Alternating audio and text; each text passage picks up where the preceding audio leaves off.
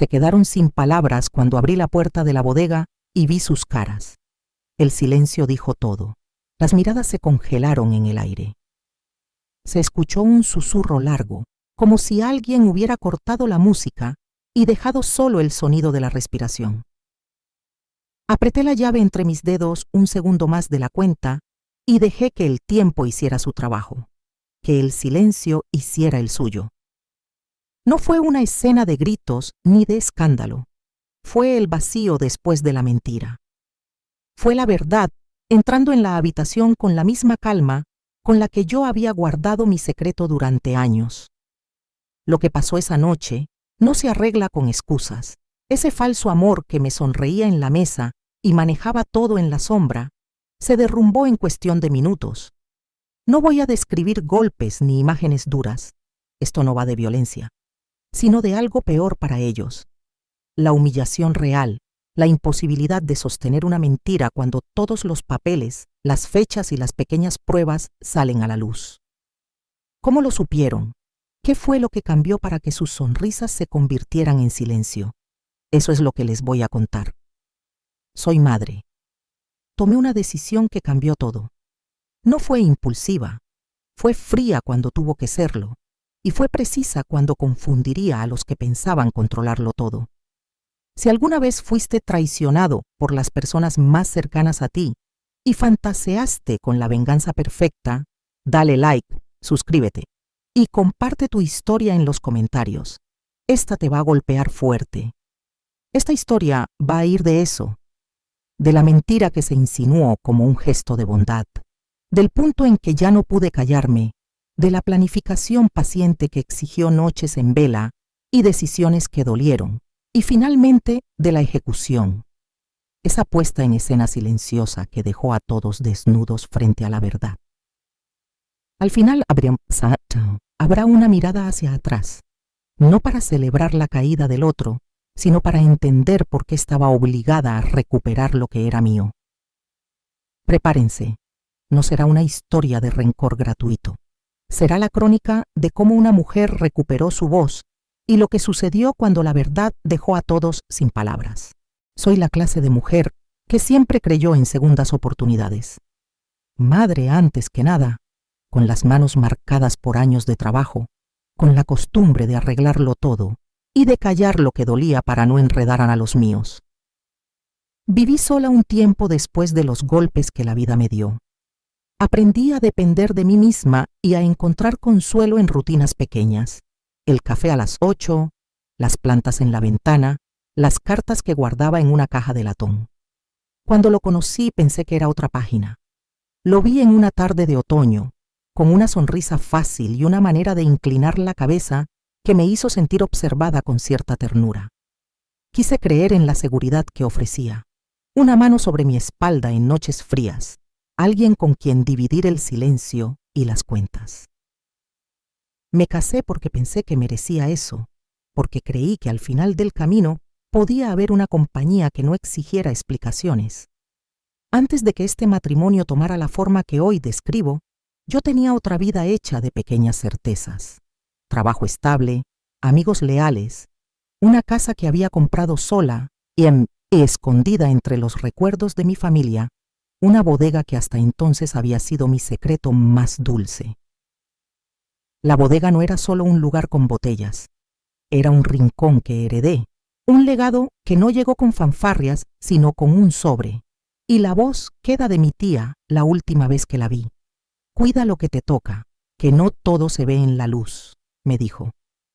La bodega olía a madera vieja, a corcho y a vino que había dormido años en silencio. Las botellas estaban alineadas como una constelación que solo yo aprendí a leer. Cada etiqueta era una historia pequeña. El año en que nació mi hijo, la fiesta de cumpleaños que celebramos con lágrimas, un verano donde la risa fue la única medicina. No era gran cosa para quienes miran sin mirar, pero para mí era la memoria que quedaba de quienes ya no estaban. La compré, la heredé. No gustaba de hablarlo porque era mía en un sentido que no pedía pruebas.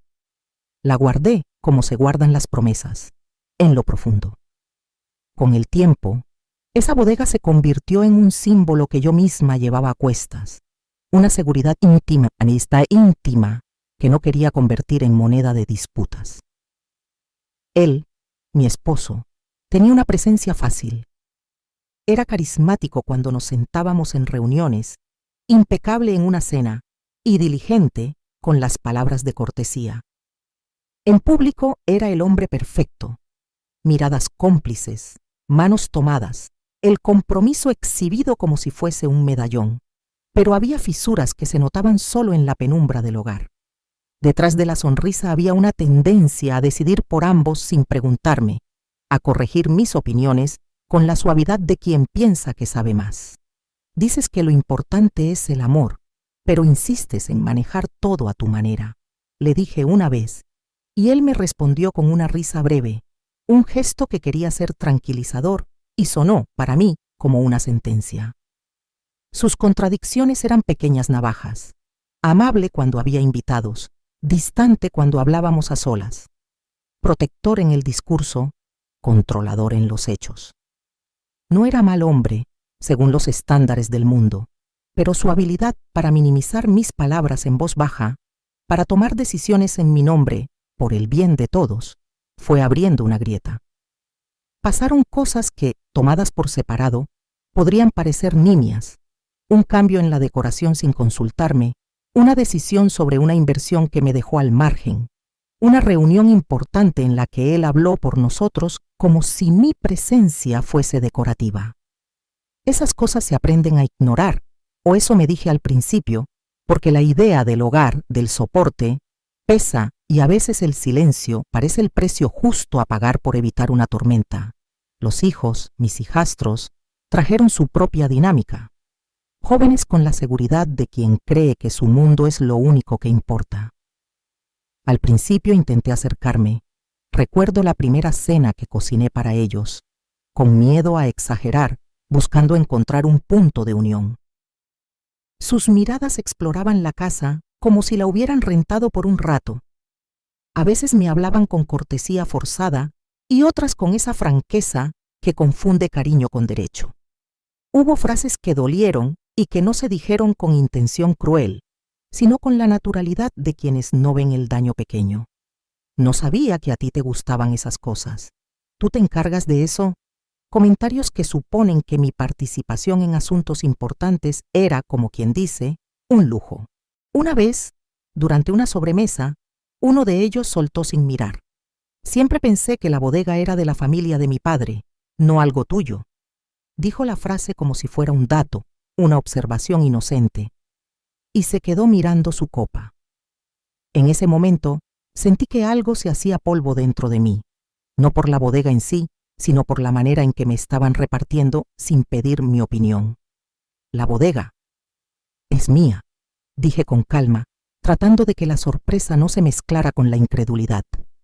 La respuesta fue un silencio rápido, y luego la indiferencia. Ah, vale, ya. Pues no lo sabíamos. Pequeños golpes, microtraiciones que se meten en la piel sin que nadie pregunte por permiso. El motivo por el que oculté la bodega no fue calculado al principio. Fue miedo simple. Miedo a que, si lo sabía todo, algo se rompiera. El cariño, el rol que recién empezaba a construir con esa familia, la paz que pensé conseguir al entregarme otra vez al amor. Pensé que guardarlo era protegerlo, que hacerlo mío en secreto era mantener intacto un pedazo de mi pasado para los días en que la vida fuera indiferente. También hubo razones prácticas. Sabía del negocio aunque no me gustara hablar en términos de propiedad. Temía la atracción que podía provocar en discusiones inútiles. Pensaba que si lo mantenía como un rincón privado, nadie lo convertiría en arma en una pelea familiar. Pero el secreto, como todo secreto que se respira en la casa, pesa. Llevarlo encima significó aprender a medir cada palabra, a sonreír cuando hablaban de ventas, a asentir cuando decían confía en mí y a guardar los papeles lejos de miradas curiosas. Me convertí en la mujer que guarda facturas y contratos en un cajón bajo llave, la que revisa los correos en la madrugada para asegurarse de que nada ande fuera de su lugar. Hubo noches en las que me sorprendí a mí misma escribiendo en un cuaderno las fechas importantes, por si un día alguien arrancaba de raíz lo que me pertenecía. Esas acciones no eran orgullo, eran precaución. Los primeros roces fueron tan pequeños que hubiese sido fácil ignorarlos. Él decidía sobre una inversión en la bodega sin comentarlo conmigo. Un día me encontré con reservas de botellas que se habían movido de su sitio, sin explicación. Lo organicé para la cena de la semana que viene, dijo, como si eso borrara la sensación de invasión. Sentí que ya no podía entrar en ese lugar como antes. Mis pasos encontraban otros ecos. Mis manos tropezaban con la costumbre de ser la propietaria que, de pronto, se veía reducida a invitada. La sensación de que me estaban quitando voz se hizo tangible en pequeños gestos. Mi opinión dejaba de aparecer en las conversaciones. Los correos sobre la bodega llegaban a su bandeja y no a la mía. Decisiones sobre ventas o préstamos eran anunciadas casi como noticias que no esperaban respuesta. En otra ocasión, al revisar cuentas, noté un cargo desconocido. Había comprado un lote de botellas que yo no había autorizado. Lo confronté una noche después de la cena, con la casa ya en silencio. ¿Por qué hiciste eso sin consultarme?, pregunté. Respondió con esa calma que tanto me irritaba. Pensé que te gustaría. Era como si mi criterio no fuese necesario para lo que a mí me pertenecía. Ese tipo de gestos no fueron agresiones espectaculares. Fueron pequeñas amputaciones de mi rol hasta dejarme con la sensación de que algo que amaba se deslizaba fuera de mis manos. En mi interior se fue formando una mezcla de pena y enfado. Me costaba admitirlo, porque yo siempre quise creer en el bien de las personas, en la posibilidad de reconciliaciones. Pero la acumulación de esas microrrutinas de exclusión fue encendiendo algo que no era impulsivo, era reconocimiento. Reconocer que cuando las decisiones sobre algo tan íntimo como la bodega se tomaban sin mí, no era mera torpeza, era un patrón. Y cuando uno empieza a ver patrones, también empieza a trazar un camino hacia lo que debe hacerse. Entretanto, yo seguía siendo madre, absurda mezcla de ternura y dureza. Enseñaba a mi hijo a pedir perdón, recogía vasos, arreglaba un cuadro torcido. Esa normalidad me daba fuerza, me recordaba quién era fuera de cualquier salón o discusión, pero también me sirvió para decidir que no podía seguir siendo la mujer que miraba desde la esquina mientras su propio mundo se reorganizaba sin pedir permiso. Que la bodega no era solo un almacén de vinos, sino el último reducto de algo que me pertenecía por derecho y por memoria. Y en ese enlace entre lo que fui y lo que ya no quería ser, se empezó a germinar la idea de que había que actuar, no con violencia, sino con la precisión que requiere una herencia, con pruebas, con paciencia y, sobre todo, con la voluntad de recuperar la voz que me estaban quitando con gestos diminutos, pero constantes.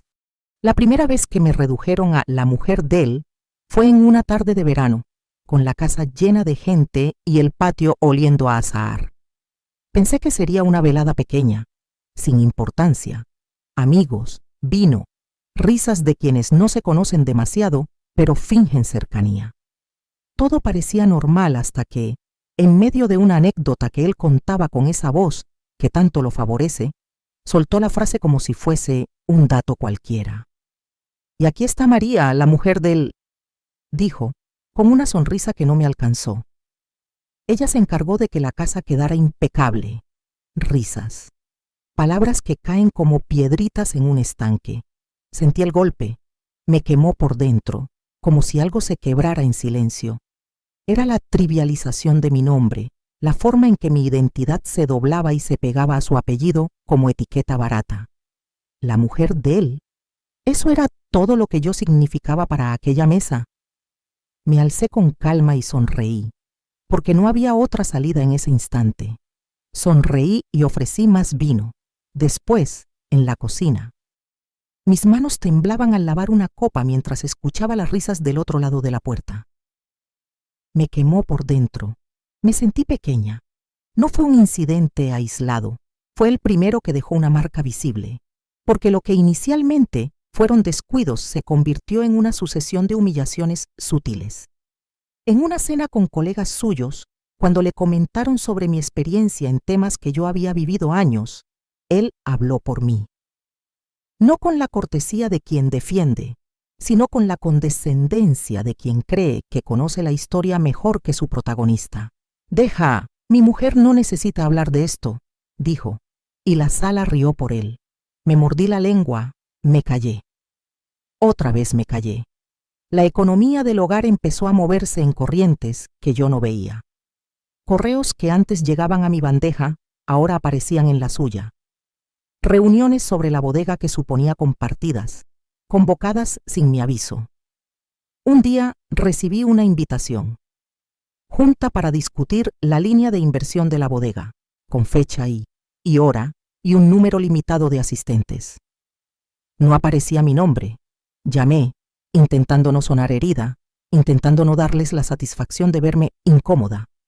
Creí que lo habíamos hablado, dije por teléfono. Pausa. Sí, pero será más eficiente si se hace con quienes llevan el tema. Me contestaron con una voz que sonaba a pasillos cerrados. Fui a la reunión sin ganas, porque la curiosidad a veces pesa más que la indignación. Entré en la sala con la garganta seca. Madera, aire acondicionado, la vibra fría de los edificios donde se toman decisiones que se sienten lejanas. El sonido de las copas fue un tintineo metálico que me atravesó. Hablaban de mercados, de compradores potenciales, de lotes que podrían liquidarse para financiar otras cosas. Hablaban con la seguridad de quien tiene el mapa y no necesita preguntar a los demás por el rumbo. Yo levanté la mano para decir algo. Alguien cortó la palabra con una ficha de papel que deslizó sobre la mesa. «Podemos hablar de eso después», dijo él con la suavidad que oculta el control. Sentí el frío en la sala.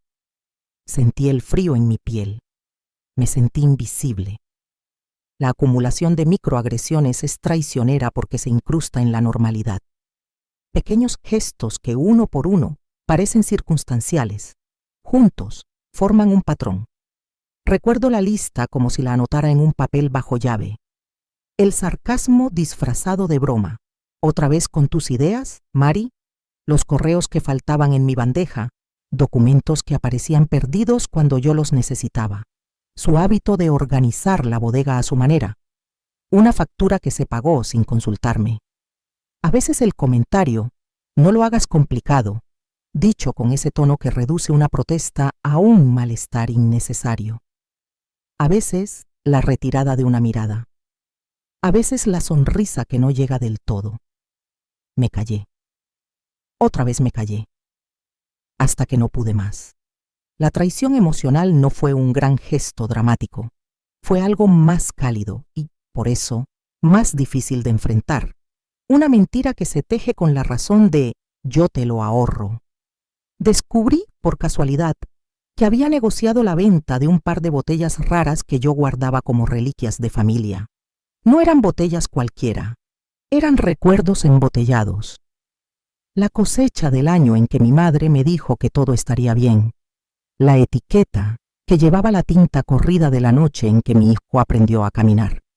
Las había puesto en una caja dentro de la bodega con la intención de no tocarlas, de preservarlas para el día en que el recuerdo fuese compañía y no nostalgia punzante. Se sentó en el sofá la tarde que lo descubrí, con la prensa en la mano y la tranquilidad de quien no ha hecho nada malo. Yo abrí la caja por impulso y sentí el vacío como si me hubieran arrancado un diente. ¿Qué pasó con las etiquetas raras?, pregunté sin pensar, con la voz en un hilo. Levantó la vista, sonrió y dijo: «Te las encargué a una subasta. Pensé que podríamos conseguir un buen precio y reinvertirlo en el negocio». No explicó por qué no me había consultado. No habló del valor sentimental. Usó la palabra negocio como si aquello fuera suficiente. La confianza se deshizo como papel humedecido. No es la pérdida material lo que quema, pensé entonces, sino la forma en que deciden sobre lo que para mí era sagrado, sin considerar mi voz. Me fui a la cocina y respiré hondo. El sonido del frigo fue como una cuenta regresiva. Me vi a mí misma en el reflejo de la ventana, ojos con arrugas nuevas. ¿Desde cuándo mis recuerdos podían convertirse en balances? ¿Desde cuándo mi opinión era una molestia que sobraba? Intenté confrontarlo con calma. Me senté a su lado en la mesa y hablé despacio, intentando no ceder a la rabia que hervía en los costados de mi boca. «No me lo dijiste», dije. «No me consultaste». Él buscó la explicación fácil. «Pensé que te gustaría», repetía como si la frase fuera una protección. «Si quieres, podemos comprar otras etiquetas». Era absurdo. Lo que ofrecía no era sustitución, era un parche sobre la herida. No era solo el dinero, le dije, casi en un susurro que pedía justicia. Era la forma en que cambiaron las miradas cuando vieron que no éramos una sola voz en esto. Me miró con fatigada paciencia. «Vamos, Mari, no hagas un drama de esto», me dijo. Fue como empujar agua con una cuchara. Ese menosprecio me dejó desnuda. Se me llenó la boca de preguntas que no me atreví a formular. ¿Cuándo dejé de ser suficiente para que mi opinión importara? ¿Cuándo la cortesía se convirtió en censura? Saqué fuerza de cosas pequeñas. Una foto antigua en la repisa, la carta que mi madre me dejó. Apoyé la mano sobre la madera de la mesa y sentí que el contacto me afirmaba. Había una línea que no había permitido que cruzaran. Lo que no tenía claro era qué haría cuando la cruzaran. Los intentos de poner límites se chocaban con la misma sensación de ser infantilizada. En una cena con su familia, cuando pregunté sobre una propuesta de terceros para asociarse a la bodega, me respondieron con sonrisas que intentaron reducir mi curiosidad a curiosidad femenina. «No te preocupes, Mari. Esto lo llevamos entre los que sabemos del tema». Mi voz se aquietó y mis manos se apretaron en el regazo. Quise gritar. No lo hice.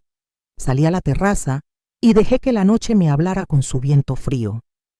Me senté en la escalera y pensé en lo que mi madre me había dicho una vez. «No entregues tu palabra por miedo». Me dolió haberla escuchado tarde. La tensión creció silenciosa hasta convertirse en presión que me dolía en el pecho. Pequeños incidentes se emponzoñaban y se volvían pruebas de un patrón. Llamadas que no se me reenviaban, decisiones que me sorprendían, invitados que me trataban con la distancia de quien no sabe con quién está hablando. Me veía rodeada de objetos que eran míos y que, al mismo tiempo, parecían pertenecer a una historia en la que me habían dejado afuera.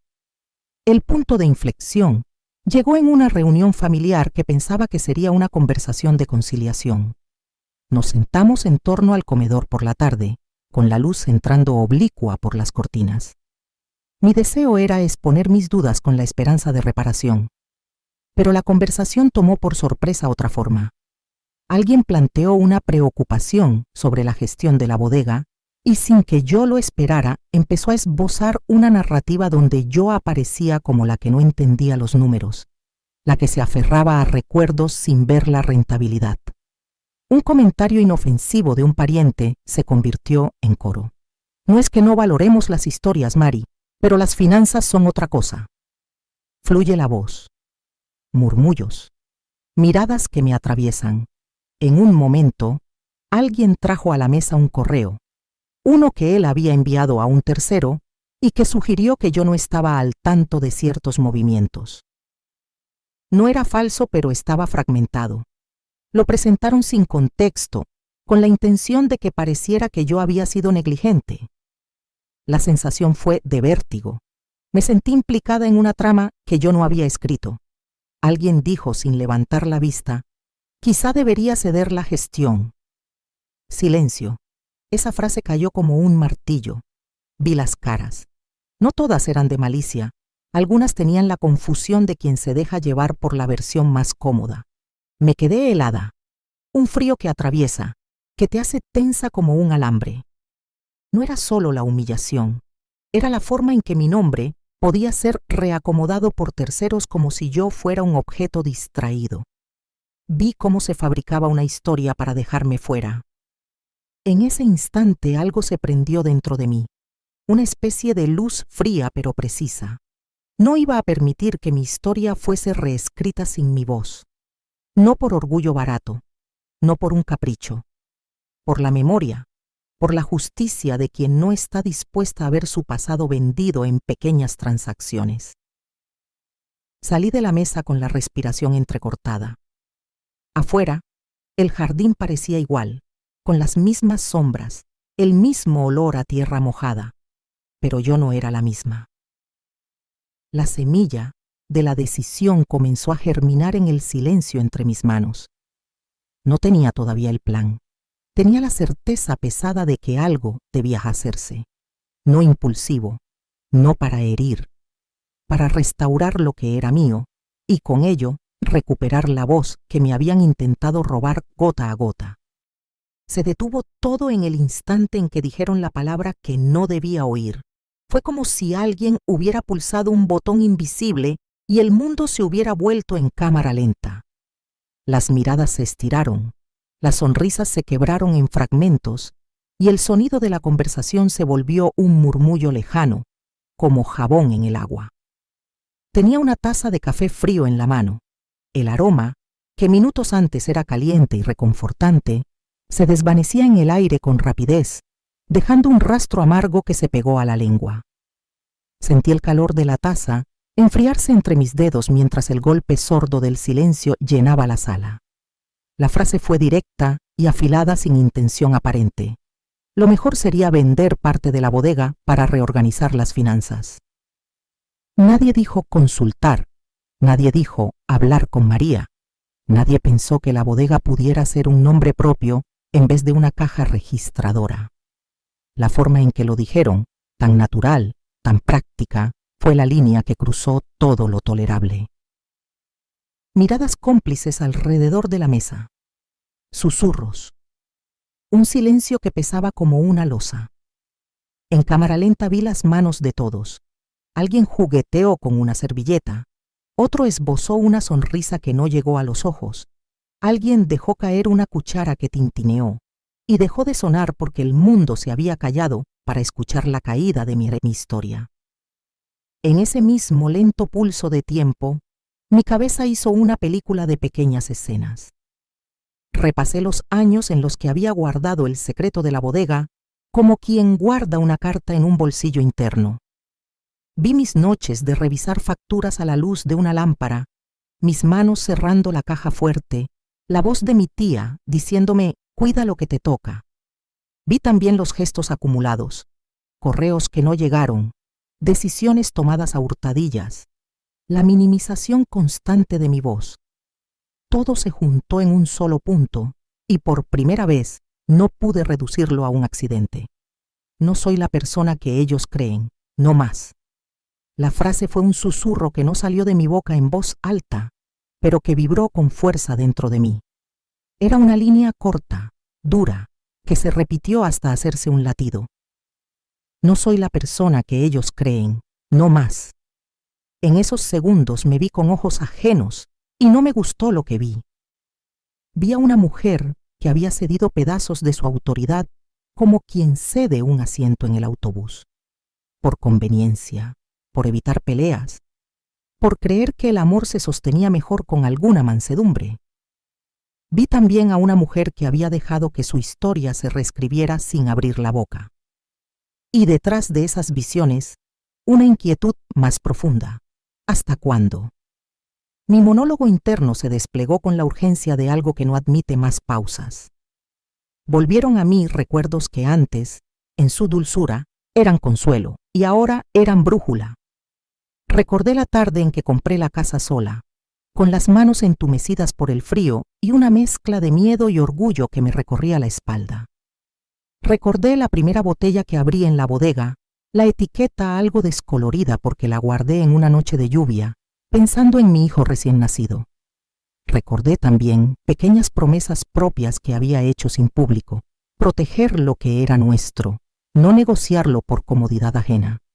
Y me pregunté cómo había llegado hasta esta mesa, a escuchar la palabra vender como si se tratara de una solución técnica y no de la traición a una memoria. Las dudas se arremolinaron. ¿Hasta dónde podía llegar? ¿Qué precio pagaría si actuaba? Me convertiría en aquello que siempre juré evitar. Una persona que busca revancha por rabia y no por justicia. ¿Hasta dónde puedo llegar sin perderme?, me pregunté en voz baja, con la sensación de que esa línea podría separar lo que fuera prudente de lo que fuera destructivo. La respuesta no vino como un relámpago, vino como un contorno que se fue definiendo entre sombras. No quería destruir, quería corregir. No buscaba humillar por placer, sino restaurar una verdad que me pertenecía.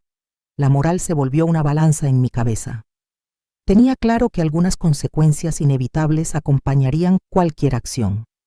Palabras que dolerían, relaciones que se tensarían, la posibilidad de que algunos me señalaran por no haber hablado antes.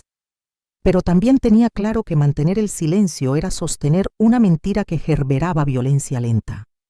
La usurpación de mi voz, la sustitución de mi historia por una que no era la mía, podía permitirme seguir siendo la espectadora de mi propia vida porque el precio de hablar sería ruido. O era mi deber hacia mí y hacia la memoria que guardaba, levantar la voz y poner las cosas en su lugar. Otra vez las imágenes. La bodega, las botellas alineadas en sus estantes como filas de soldados silenciosos, el polvo que se posaba en las etiquetas, la llave que cerraba la puerta por las noches. Vi mis manos tocando la madera y sentí que no podía permitir que esas manos fueran arrinconadas por decisiones que se tomaban en la oscuridad. No era simple orgullo, era justicia. Era, sobre todo, dignidad.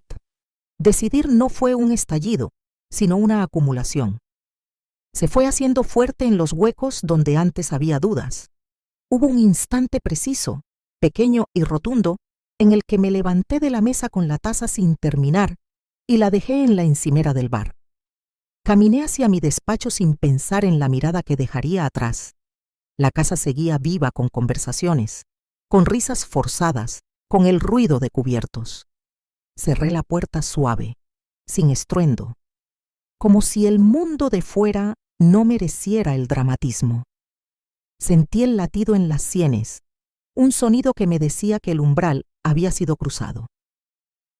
Cerré la puerta del despacho y la cerradura hizo un clic seco definitivo. Me senté frente al escritorio y saqué un cuaderno. No era un cuaderno cualquiera, era uno donde apuntaba fechas importantes, nombres, pequeñas cosas que no quería perder. Abrí la primera página y escribí solo una palabra al centro: decidir. Bajo ella, con letra que temblaba por la emoción pero firme, empecé a trazar lo esencial. No vendetta, exponer, recuperar, proteger la memoria, restituir mi voz. No pretendí bosquejar tácticas concretas. Delineé intenciones porque sabía que actuar sin una intención clara es perderse en la frustración. La intención marcó el norte, que la verdad saliera a la luz con la misma serenidad con la que yo había guardado el secreto tantos años. Puse un objeto en la caja que tenía al lado del escritorio, la llave antigua de la bodega, la que me había dado mi tía en una noche de confesiones. La llave pesó en mi mano como un símbolo que guardaba más que metal. La puse dentro de la caja y la cerré. Sentí una especie de ritual. Guardar la llave era, paradójicamente, prepararme para abrir aquello que otros habían querido cerrar sobre mí. La acción fue sencilla, casi cotidiana, y por eso mismo poderosa. Actos pequeños que representan una decisión grande. Mientras escribía, se instaló en mi mente un plan mental inicial, apenas un armazón, lo suficiente para no perderme. Recopilar pruebas, documentos, correos, registros, confirmar fechas, hablar con personas que pudieran dar testimonio, buscar asesoría legal si hacía falta, preparar el momento en que la verdad se presentara de forma clara y sin escándalo frente a quienes la habían tergiversado. La idea no era sorprender por sorpresa, sino ordenar los hechos hasta que hablar se convirtiera en prueba y no en emoción. Exponer, no gritar, demostrar, no difamar, recuperar, no destruir. Entonces, En medio de ese cuaderno y esa primera luz de determinación, regresó la voz de mi madre como si nunca se hubiera ido. No fue un flash de infancia, fue su consejo más sencillo y más rotundo. No entregues tu palabra por miedo. Recordé la forma en que lo dijo, con la voz áspera de quien ha visto muchas cosas y con la firmeza que no permite réplica. Aquella frase me atravesó, ofreciendo un patrón de actuación, no actuar desde el miedo, sino desde la coherencia. Mi madre no era amiga de la violencia, era amiga de la verdad. Me vi a mí misma en la mesa de su cocina con una taza humeante y la luz de la tarde entrando en rectángulos sobre la mesa. Ella me miró una vez y me dijo: «Cuando te roben el lugar, recuérdate quién puso las primeras piedras». Esas palabras, que antes parecían consuelo, ahora eran mandato. Ese recuerdo no tranquilizó mis temores, los pulió, los afiló. Si iba a actuar, debía hacerlo con la cabeza fría y el corazón entero. No quería convertirme en lo que criticaba. No quería responder con la misma desconexión que me habían ofrecido. Pensé en el efecto que tendría sobre mi hijo, sobre mi familia. No solo la que venía con el matrimonio, sino la mía propia. Medité en la idea del coste emocional. Quizá perdería algo que amaba. Quizá alguien se alejaría. Pero también pensé en la posibilidad de seguir siendo arrinconada, de dejar que mi historia se degradara por omisión. Entre dos males, elegí restaurar el orden. Entre la pasividad y la acción, elegí actuar. Me detuve un momento, respiré profundamente y dejé que la determinación asentara sus raíces. Cerré el cuaderno y lo guardé en el cajón donde siempre ocultaba las cosas que no quería que cualquiera hojease. Cerré el cajón con un gesto que fue más simbólico que práctico. Me levanté, miré mi reflejo en la puerta del despacho, ojos más duros, columna más recta. Me fijé en la boca y pensé en las palabras que no había dicho. Entonces, como si cada sílaba tuviera peso físico, pronuncié para mí: hoy empiezo. No hubo gritos, no hubo referencias grandilocuentes, solo una promesa humilde y firme que resonó en la madera del despacho. Me vestí con calma, como quien se prepara para algo importante pero cotidiano. No un acto de vindicta, sino un reparo. Salí del cuarto con la llave simbólica aún en la caja y la decisión alojada en el pecho. La casa seguía viviendo su normalidad fingida. Afuera, el día era el mismo. Pero por dentro, algo había cambiado. La historia ya no se escribiría sin mi intervención. El acto de decidir había supuesto para mí un renacimiento de la voz. No era que antes no la tuviera, era que la había guardado por un tiempo en el bolsillo interior para evitar peleas vanas.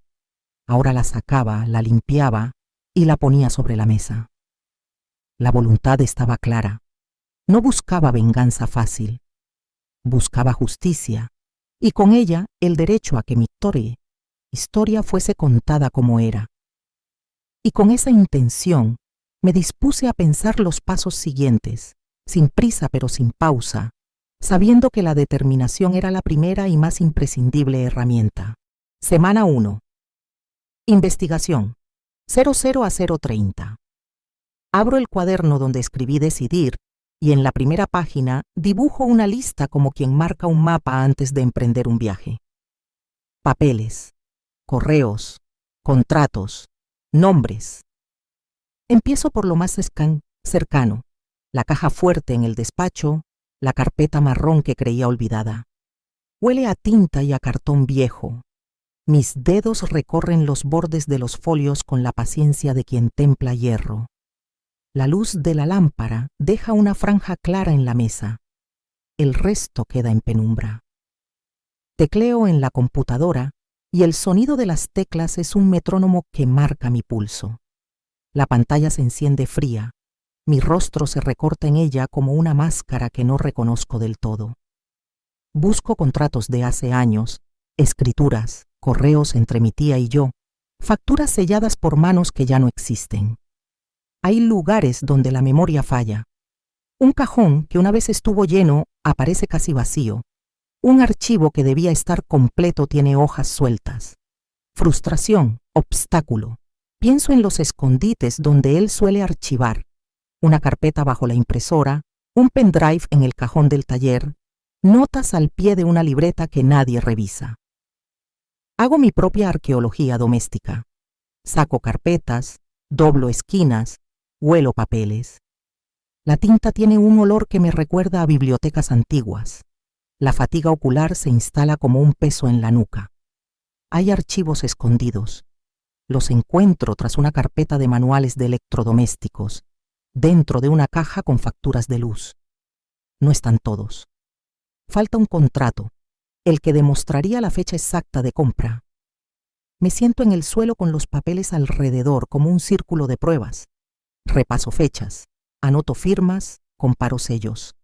La noche me cubre y a las 2 de la mañana la lámpara es una estrella pequeña en la oscuridad. Me duelen los ojos, pero la necesidad de ordenar la verdad no me deja. Cada papel es una pieza que, colocada en su sitio, puede convertir rumores en evidencia. Semana 2. Recolectar aliados sutiles. 0:30 a 1:30. No puedo hacerlo sola. Lo sé. Necesito a alguien con quien compartir más que la historia, la estrategia.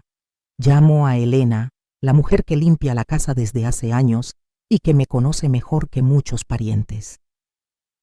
Elena tiene la mirada de quien ha visto injusticias pequeñas y grandes, y no juzga, actúa. Le doy una copia de algunos documentos y sus ojos se llenan de esa mezcla de sorpresa y determinación que solo tienen las confidentes. Esto no es solo tuyo, es lo que te pertenece, me dice en voz baja mientras dobla con cuidado las hojas. Su mano es cálida, su complicidad me ancla. No lo cuentes en la casa, añade. Su sombra recorre el cuaderno donde guardo mis notas. Busco también a un viejo amigo del negocio, alguien que entiende balances y nombres de compradores. Le doy una llamada con frases medidas. Necesito tu opinión profesional sin formalidades. Viene al café de la esquina y habla con la lentitud de quien revisa mapas. Hay lagunas, me dice, señalando con su dedo una columna de números. Esto está troceado a propósito. A cada frase yo siento que el plan se consolida. Encuentro un abogado discreto, recomendado por un conocido, y le expongo la situación sin dramatismo. Él escucha, hace notas con su pluma y me dice: reúne todo lo que tengas. No actúes impulsivamente. Necesitamos fechas, pruebas y testigos. Su voz me devuelve sensatez. En la segunda semana hay encuentros en cafeterías con luz baja, conversaciones en voz baja en coches estacionados, mensajes que se borran tras leerse. Construyo un circuito de confianza. Elena me deja pequeñas notas. Vi el contrato que preguntabas. Está en la caja del trastero. El amigo del negocio me manda fotos de facturas antiguas. El abogado me explica opciones, con esa calma que viene de años de casos. Siento que no estoy sola. Siento también el riesgo. Si alguien descubre estas reuniones, todo puede venirse abajo. Por eso hacemos todo con discreción, con códigos mínimos. Una palabra en el mensaje, un gesto en la calle. Semana 3. Sembrar dudas. 1:30 a 2:30. Llego a la tercera semana con una estrategia psicológica. Sembrar la semilla de la duda sin mostrar mis cartas. Dejo documentos a la vista donde sé que los ojos de la casa pasan. Una factura marcada en la mesa del comedor. Una nota con fechas en la encimera. Planto preguntas en cenas, con la sutileza de quien propone conversación, no acusación. ¿Alguien se encargó de revisar los archivos antiguos de la bodega? Doy tiempo. La ansiedad aparece como un hormigueo en la garganta. Pulso acelerado, adrenalina. La intención es sencilla. Que ellos mismos comiencen a hablar, que se muestren inquietos, que cometan pequeños errores. Funciona. Un día veo a mi hijastro hojear la carpeta que dejé en la sala. La fruncida de su ceño me devuelve un triunfo silencioso. Empiezan a interferir donde antes todo parecía tan natural. Un correo perdido aparece accidentalmente en la impresora. Una voz se adelanta en una conversación. Son pequeñas filtraciones controladas que me permiten medir reacciones. Siento el cosquilleo de estrategia funcionando. Soy la directora de una escena en la que las reacciones ajenas me mostrarán lo que en verdad piensan. Semana 4. Reforzar pruebas, 2:30 a 3:30. La noche es larga y fría. Trabajo con la luz azul del ordenador, los ojos ardiendo, las manos temblorosas cuando tomo fotos de documentos con el móvil, sellos, firmas, correos con fechas. Guardar imágenes con metadatos. A veces la técnica me salva. Un correo reenviado, un PDF con sello de servidor, una captura con fecha. Hay riesgo. Siento el sudor frío en la espalda cuando pienso que alguien podría interceptar mis movimientos. Por eso hago copias físicas. Imprimo, doblo, fileteo. Guardo copias en un sobre sellado y lo escondo en el cajón que nadie abre, el de las cartas antiguas. No todo sale perfecto. Descubro que un correo que creía guardado fue borrado del servidor. Alguien había hecho limpieza digital. Trabajo entonces con testigos. Pido a Elena que firme una nota que confirme haber visto ciertas cajas en un momento dado. Pido al antiguo administrador que certifique por escrito unas transferencias. Reforzar pruebas es buscar redundancia. Si un archivo desaparece, que exista un testigo. Si una cuenta se limpia, que haya fotos que lo constaten. La noche se vuelve un taller de paciencia. La luz de la pantalla se refleja en mis lentes. Mis dedos sienten el frío del vidrio del teléfono cuando guardo una foto. Me muevo con sigilo, con exactitud, semana 5. Preparar el momento, 3:30 a 4:30. Con las pruebas casi completas, toca pensar en el escenario. No busco humillar por humillar. Busco exponer en el momento adecuado, cuando la verdad pese y la mentira no tenga dónde refugiarse. Elijo una fecha con cuidado, la cena de aniversario de la familia, una reunión donde acudirán partes interesadas y donde la atención será natural. Es un lugar público, pero íntimo. La casa con invitados, personas que han visto la construcción de su versión del relato. Coordino con mi abogado un plan de contingencia. Si algo falla, que exista un documento legal que obligue a revisar las pruebas. Si alguien intenta desacreditarme, que haya testigos que respondan. La selección del día es también táctica emocional. La humillación más contundente no es la violencia, sino la verdad que se sirve en bandeja. Escoger la hora es escoger el momento en que las máscaras caen y las palabras tienen peso. Si lo hago en una reunión de trabajo, la lógica económica pesará. Si lo hago en una cena familiar, la exposición será moral. Oscilo entre ambas opciones hasta que decido, será la cena. Allí estarán los que han participado en las decisiones, los que callaron y los que creían conocer la historia. Preparar el momento implica también prever reacciones, documentos impresos para repartir, copias para el abogado, una carta breve que leeré en voz alta. Semana 6. Ensayo emocional, 4:30 a 5. La última semana es entrenamiento del temple. Practico mi discurso frente al espejo, repito las frases como quien entrena una nota musical.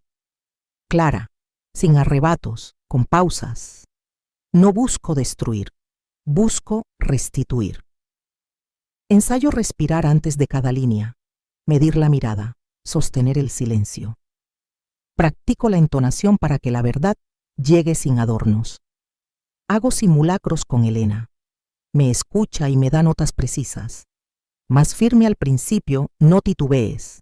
Cuando digas, esto es mío, baja la voz y mira a los ojos. Su retroalimentación es exacta. Surgen fallos menores que me obligan a improvisar. Una copia que se atora en la impresora el día antes un testigo que duda en firmar porque teme las consecuencias. El aliado que más necesitaba, el amigo del negocio, recibe una llamada sospechosa y se muestra reticente por miedo a verse implicado. Su duda me hiere, pero la contemplo con calma. Si quieres que crean la verdad, necesitas mostrarla, no solo decirla, le digo en voz baja en un bar, y él asiente con esa mezcla de miedo y lealtad que los años provocan. Busco otro respaldo. Encuentro en la secretaria de la antigua asociación un comprobante que ella misma olvidó. La vida, a veces, te devuelve lo que necesitas por azar. Un giro aparece. Descubro que alguien intercepta correos internos. Hay reenvíos no autorizados. Pienso en la posibilidad de que mi plan sea ventilado antes de tiempo. Hago lo que tiene sentido. Guardo copia física en 2 lugares distintos. Envío información clave a mi abogado con sello notarial y preparo un sobre que solo se abrirá en presencia de testigos. La precaución es un músculo que se fortalece con la práctica. Llega el momento del ensayo final. Me siento en la sala con hojas frente a mí, la lista de puntos que debo cubrir. Respiro. Cierro los ojos. Recorro mentalmente las 6 semanas, la arqueología de papeles, las conversaciones en coches, las noches de teclado, los apoyos tímidos, las pruebas fotográficas. Siento el peso y la ligereza al mismo tiempo. He perdido el miedo al ruido. Me queda el respeto por las consecuencias. En la privacidad del ensayo, dejo escapar una frase corta que será mi mantra. Ahora, ahora o nunca. La repito hasta que mi voz no tiembla. Detalles de ejecución y obstáculos. No todo se ajusta al plan. Hay contratiempos mínimos que exigen giros inteligentes. Una copia que debía entregarse en mano se atrasa por tráfico. Un aliado duda y pide más tiempo. Alguien menciona la posibilidad de una mediación que nos alejaría de la exposición pública. En cada caso, tengo un plan B. La redundancia es la regla. 2 copias físicas, 2 testigos, varias fechas. Cuando me topo con un documento incompleto, ahí está Elena para confirmar con su nota. Cuando un correo se borra, está el registro bancario que muestra un movimiento. Si interceptan información, presento la cadena de custodia que demuestra las manipulaciones. Cuando alguien intenta desacreditarme con insinuaciones, saco un correo que fecha la conversación y la ubica. La estrategia no es la agresión, es la precisión. Diálogos y técnica. En los ensayos practico frases cortas y contundentes. Para Elena, si quieres que crean la verdad, necesitas mostrarla, no solo decirla. Para mí misma, no es rencor, es justicia. Para la cena, abriré con calma y leeré en voz alta los hechos. La técnica es simple: documentar, presentar, sostener la mirada. Hablar claro, sin rabia discursiva que pueda convertir la verdad en melodrama. Uso de frases cortas en momentos de tensión. Hay momentos en los que la narración se reduce a latidos. Ahora, ahora o nunca. Habla, mira, prueba. Son órdenes a mí misma. Son anclas. Cuando la tensión sube, repito esas frases en la cabeza para sostener mi eje. La respiración cuenta. La pausa cuenta. El silencio después de una frase tiene la misma fuerza que una defensa larga. Notas finales antes de salir a escena. La noche anterior a la cena no duermo mucho. Repaso el sobre sellado, verifico las copias, dejo instrucciones claras con Elena. Preparo mi ropa, algo sobrio, sin dramatismo, uñas limpias, una bufanda que había heredado de mi madre que me da una sensación de protección. Antes de salir me detengo un momento frente a la bodega. La llave que mi tía me dejó brilla con luz dorada en la palma. La doy una última mirada y la vuelvo a guardar en la caja. Respiro. Pienso en mi madre. No entregues tu palabra por miedo. La frase resuena. Me digo a mí misma lo que he repetido en el ensayo. Hoy termina. no como venganza, sino como clausura. Hoy termina la versión que otros quisieron escribir de mi vida. Hoy empieza la verdad. La casa estaba suspendida en un murmullo cálido cuando llegué a la sala. Luces bajas que hacían brillar los vasos, risas que se desvanecían en conversaciones cruzadas, el suave roce de la servilleta. Tenía las hojas impresas en la mano, el sobre sellado en el bolsillo del vestido y una calma extraña que me recorrió como un frío en la nuca. Caminé entre las sombras y las miradas, sosteniendo el vaso como si fuera un timón. Todo el ruido se volvió fondo. Mi atención se concentró en una sola línea: presentar la verdad en orden, sin dramatismos innecesarios. Me senté frente a ellos como quien abre un libro con cuidado. Hubo una pausa, una especie de expectativa que vibró en el aire. Empecé despacio. Primero, sembré la duda con preguntas sencillas, recordando fechas y nombres con la misma naturalidad con la que se dice el propio nombre. Palabras cortas, precisas. Revisé las cuentas, encontré inconsistencias, hay correos con fechas y firmas. Dejé que el silencio hiciera su trabajo. Observé cómo las caras cambiaban, cómo los dedos se aflojaban en las copas. No alzaba la voz, no necesitaba gritar. La precisión es más contundente que la indignación. Después, mostré documentos, uno tras otro, en orden lógico. Escrituras con fecha y sello. Fotos con metadatos que no podían negarse. Correos reenviados desde cuentas oficiales, con encabezados y servidores visibles. Los papeles estaban allí, fríos y claros, como piezas que encajaban una a una. Los repartí en la mesa. Copias para todos, una para el abogado, otra para quien dudara más. Los hechos se iban deslizando ante sus ojos y con cada hoja la versión cómoda de la historia se resquebrajaba. La escena se ralentizó en mi percepción.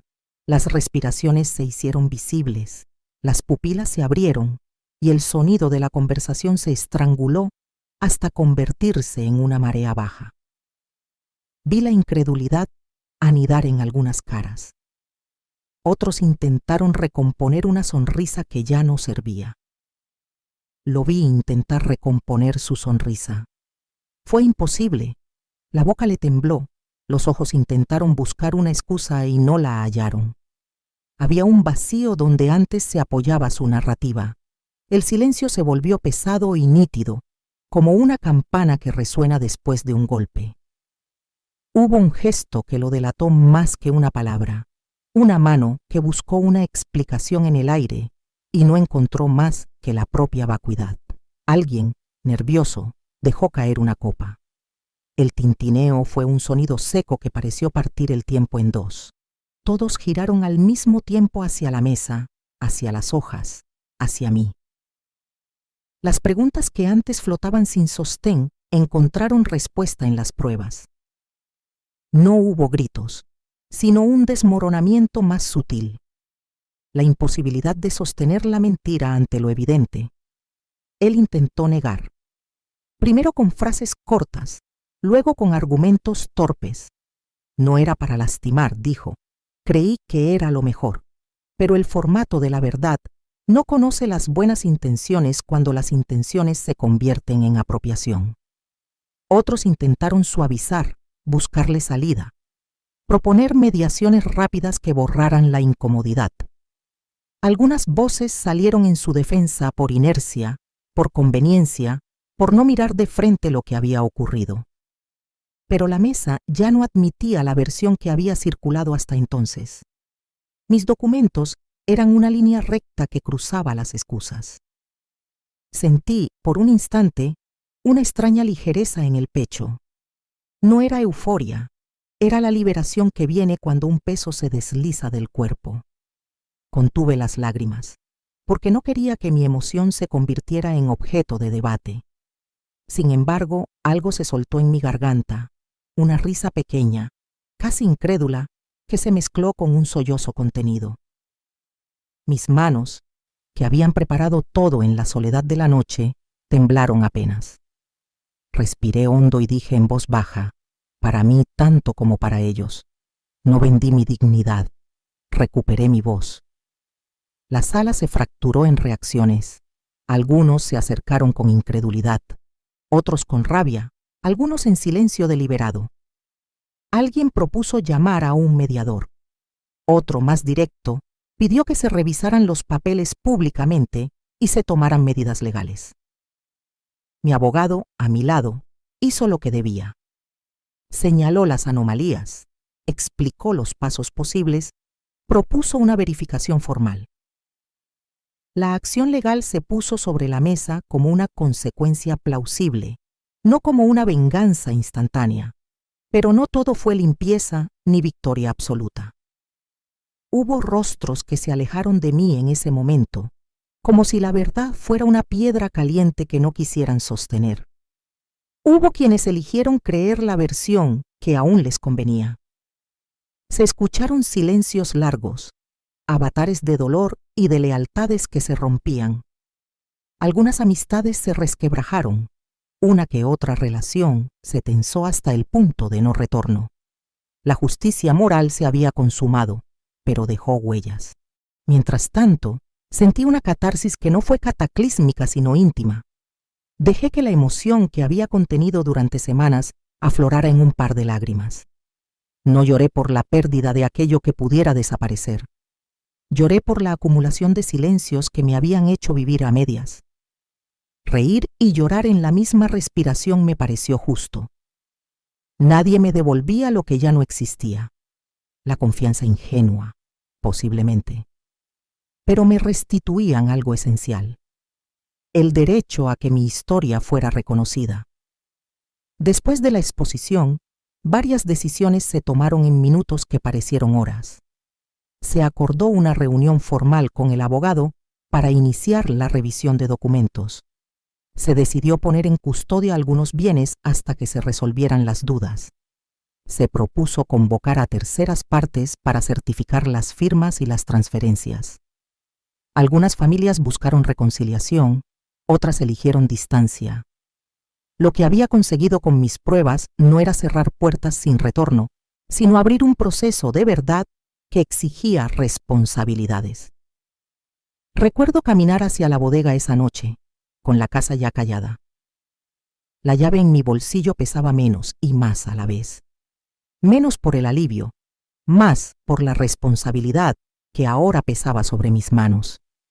Abrí la puerta y el olor a madera me recibió con la misma ternura de siempre.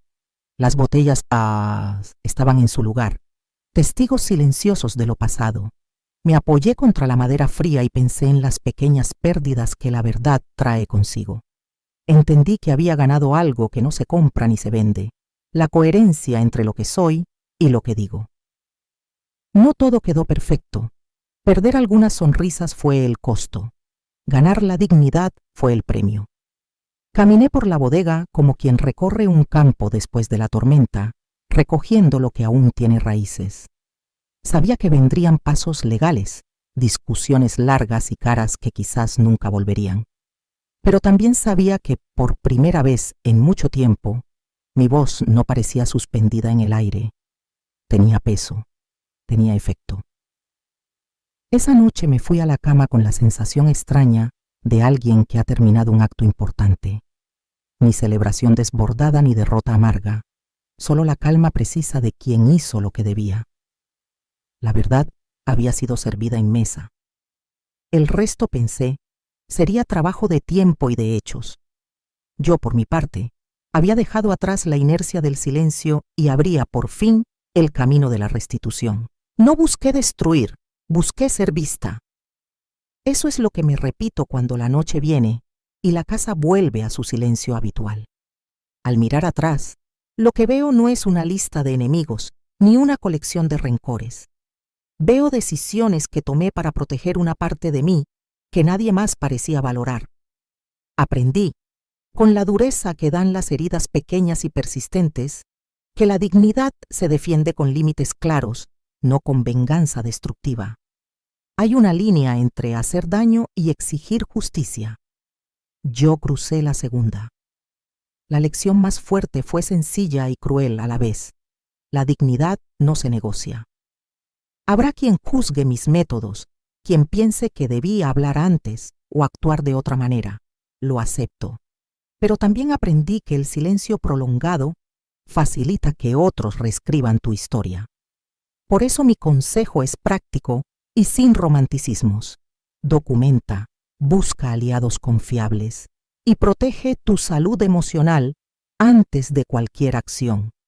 No lo hagas sola si no tienes por qué.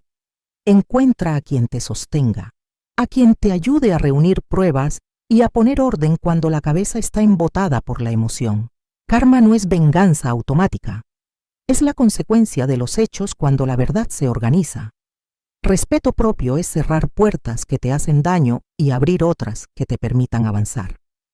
Límites saludables no son castigos. Son el método por el que te respetas a ti misma y enseñas a otros a respetarte también. Guardo 2 pequeños símbolos que me recuerdan este camino.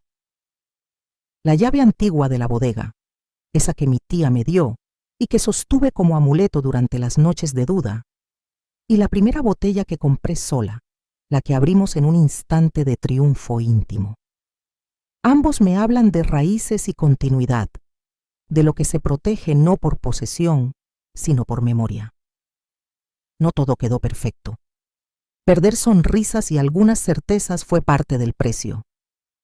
Pero recuperé algo que no tiene precio: la coherencia entre lo que soy y lo que digo. Y si mi historia puede servir para que otra persona deje de callar por rutina, habrá valido la pena. Si esta saga de venganza te dio esa descarga de justicia, aplasta el like, suscríbete para más historias épicas y comparte tu historia de venganza en los comentarios. Haz clic en el siguiente video para ver otro más. Si quieres ver otra historia de quién pagó por su traición, haz clic en el siguiente video y acompáñame en otra verdad que pide ser contada.